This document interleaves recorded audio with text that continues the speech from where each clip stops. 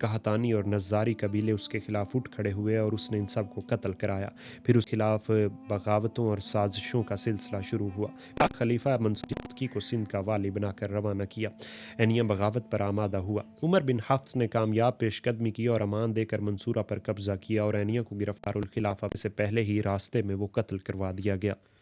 عمر بن حفص کا دور حکومت کئی حیثیتوں سے اہم ہے۔ اس کے عہد حکومت میں شیعان اور خارجی دونوں فرقوں کے مبلغین سندھ میں داخل ہوئے۔ سن 142 ہجری میں خارجی فرقے کا مبلغ حسان بن مجاہد ہمدانی سندھ میں داخل ہوا، مگر عمر بن حفص سادات کا طرفدار تھا اور خارجیوں کو اس کی حمایت حاصل نہ ہو سکی، اس لیے یہ مبلغین موصل واپس چلے گئے۔ دوسری طرف حضرت عبداللہ بن محمد معروف با عبداللہ الاشتر ابن النفس زکیہ مدعی خلافت سندھ میں داخل ہوئے۔ عمر بن حفص نے اپنے فطری رجحانات سے ان کی طرف چشم پوشی کی۔ اس طرح وہ خود سندھ میں شیعت کی تحریک کے فروغ پانے میں معاون بنا۔ حضرت عبداللہ بن محمد بمعروف عبداللہ الاشتر بن النفس زکیہ کی عقیدت سے اس نے پذیرائی کی اور رازداری کے ساتھ اس کو راجہ کے حدود حکومت میں ٹھہرایا، اور یہ اپنے طریقے کی تبلیغ میں مصروف رہے اور شیعت کی اشاعت ہوتی رہی۔ اتفاق سے سن 151 ہجری میں خلیفہ المنصور عباسی کو عبداللہ اشتر کے ہاتھ معلوم ہو گئے۔ اس نے ان کی گرفتاری کا حکم دیا۔ دوسرے فدائی کو الاشتر کا نام دے کر یہاں دارالخلافت میں بھیجا گیا، جو وہاں قتل کیا گیا۔ المنصور اس وقت بھی آگاہی کہ جرم کا بھی ثبوت کے ساتھ وہ اس کے تدبر دانائی کا بھی تھا کہ اس نے سندھ سے اسے ہٹا کر کی ولایت پر معمور کر دیا اور سندھ کی ولایت کا پروانہ حشام بن عمر تغلبی کو دیا، جس نے 151 ہی میں یہاں آ کر زمام حکومت اپنے ہاتھ لی۔ منصور عباسی نے حشام کو عبداللہ الاشتر کی گرفتاری کا حکم بھیجا، مگر در پردہ یہ بھی سادات کا ہم نوا تھا۔ اس نے ان کی گرفتاری سے اغماز کیا، مگر اس کے بھائی صفیح بن عمر تغلبی نے اچانک ان کے دستے کو دیکھ لیا اور حملہ آور ہو کر قتل کر ڈالا۔ حشام نے ان کے اہل و عیال اور محمد بن عبداللہ بمعروف ابن اشتر کو منصور عباسی کے پاس بھیج دیا، جس نے اس کو مدینہ منورہ کے عامل کے سپرد کر دیا۔ اس کے بعد حشام سالبی نے توسیع مملکت کی فکر کی، بہروج، ملتان اور گندھار کا قبضے میں لیا۔ پھر سن 157 ہجری میں رخصت لے کر وہ وطن واپس چلا گیا اور وہیں فوت ہوا۔ سندھ کی بلاد معبد بن خلیل تمیمی کو معمور کیا گیا۔ اس نے 159 ہجری میں وفات پائی تو روح بن حاتم کو مقرر کیا گیا۔ اس زمانہ میں ہندوستان کے خلاف بحری مہم بھی جاری، چنانچہ عربوں کے جنگی بیڑے ساحل گجرات سے آ کر ٹکرائے۔ خلیفہ مہدی کا بھیجا ہوا ایک عربی بیڑا گجرات کے ساحل پر عرب تاجروں کے کسی نزاع کے سبب سے آیا تھا۔ اس بیڑے میں حضرت مولانا ابو حفص ربیع بن صبیح سعدی محدث بھی تھے، جو سندھ آئے اور امامت پر معمور ہوئے، جو ہند کی سرزمین میں آسودہ بخواب ہیں۔ سندھ کی ولایت میں تغیر اور تبدل ہوتا رہا، چنانچہ 159 ہجری میں روح بن حاتم جو والی مقرر ہو کر آیا تھا اسی سال واپس چلا گیا۔ اس کی جگہ بسطام بن عمر کو دی گئی، جو 160 یا 161 ہجری میں واپس طلب کر لیا گیا اور روح بن حاتم کو دوبارہ بھیجا گیا، مگر چند ہی مہینوں میں اس کی ناکامی ظاہر ہوئی تو نصر بن محمد بن اشعث خزائی واپس والی سندھ ہو کر آیا، مگر وہ بھی اسی سال واپس چلا گیا اور سندھ کی زمام سلطنت ایک ہاشمی محمد بن سلیمان بن علی کے ہاتھ میں دی گئی، جس نے عبد الملک بن شعاب کو اپنا نائب بنا کر بھیجا، جو اس سے پہلے بھی بحری حملے میں آ چکا تھا، مگر اس کی نیابت بھی قائم نہ رہ سکی اور نصر دوبارہ مقرر ہو کر آیا۔ پھر زہر بن عباس اسی عہدے پر بھیجا گیا۔ اس کے بعد مصباح بن عمر سالبی کے ہاتھوں میں سندھ کی ولایت سپرد کی گئی۔ اس دور میں یہاں تمیمی اور حجازی نزاع شباب پر پہنچ گیا تو ناصر بن محمد بن اشعث تیسری مرتبہ یہاں والی ہو کر آیا اور 161 ہجری سے 164 ہجری تک کامیاب حکمرانی کر کے فوت ہوا۔ خلیفہ مہدی نے اپنے غلام لیث بن طریف کو اس عہدے پر معمور کر کے بھیجا، مگر سندھ میں داخلی بدامنی کا دورہ ہو چکا تھا۔ اس نے اس کو فروغ کیا تو جاٹوں نے منظم بغاوت کی۔ خلیفہ مہدی نے لشکر بھیج کر لیث کی مدد کی۔ 165 ہجری میں یہ بغاوت فروغ ہوئی۔ اس کے بعد ہارون الرشید کی خلافت کا دور آیا۔ اس نے 170 ہجری میں سالم یونسی کو وہاں والی بنا کر روانہ کیا۔ اس نے 4 سال حکمرانی کی۔ سن 174 ہجری میں اسحاق بن سلیمان ہاشمی آیا اور وہ اسی سال وفات پا گیا۔ اس کا لڑکا یوسف بن اسحاق اس کا قائم مقام بنا۔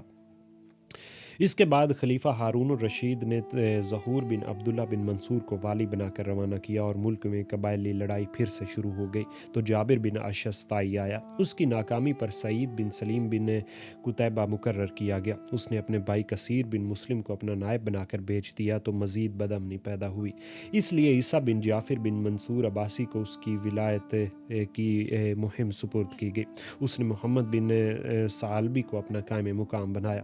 اس نے سندھ میں ناکامی کے بعد ملتان کا رخ کیا، وہاں بھی ناکام رہا تو عبد الرحمن یہاں کا والی بنا کر بھیجا گیا۔ پھر ایوب بن جعفر بن سلیمان آیا۔ ان پے در پے ناکامیوں کے بعد ہارون الرشید کی نگاہ انتخاب آل محلب پر اٹھی۔ اس نے سن 184 ہجری یا سن 800 عیسوی میں داؤد بن یزید بن حاتم محلبی کو سندھ کی عنان حکومت سپرد کی۔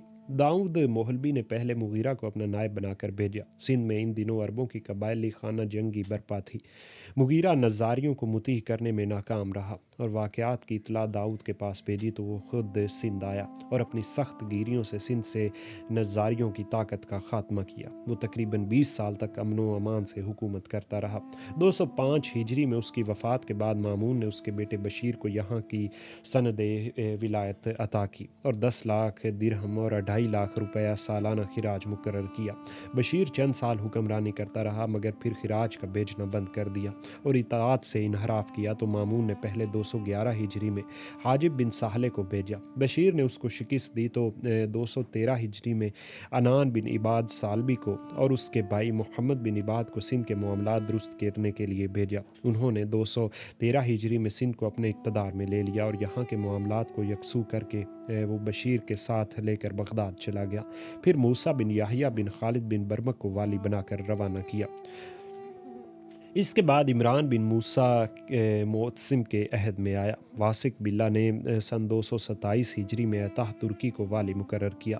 متوکل کے عہد میں ہارون بن ابن خالد مزوری کو سندھ کا والی بنا کر روانہ کیا گیا مگر حجازیوں کے سر گروہ عمر بن عبدالعزیز حباری نے سندھ پر اقتدار حاصل کر لیا اور خالد کو قتل کروا دیا اور متوکل کو درخواست اپنی ولایت کے لیے دی۔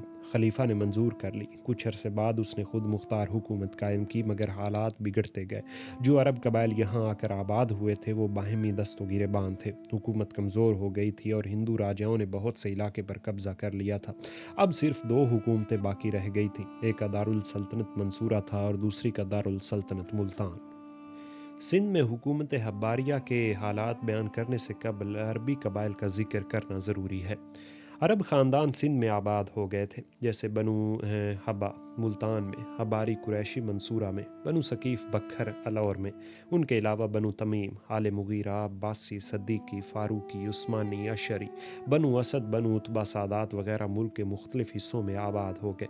صدیوں سندھ میں رہنے سہنے اور شادی بیاہ کرنے سے ان کی اصل عربی معاشرت میں فرق آ گیا اور آہستہ آہستہ مخلوط معاشرت کے خوگر ہو گئے اور پھر خاندان کے نام سندھی تلفظ میں ایسے ہو گئے کہ شناخت مشکل ہو گئی، مثلا مغیرہ سے موریہ۔ ابتدائے عہد میں ولایت سندھ کی طرف سے زمین کے بڑے بڑے قطاعات مثلا صوبہ، تحصیل وغیرہ ان خاندانوں کو ٹیکس وصول کرنے اور انتظامی امور کی انجام دہی کے لیے سپرد کیے گئے، جس پر وہ نسلاً با نسل بطور وراثت قابض رہے۔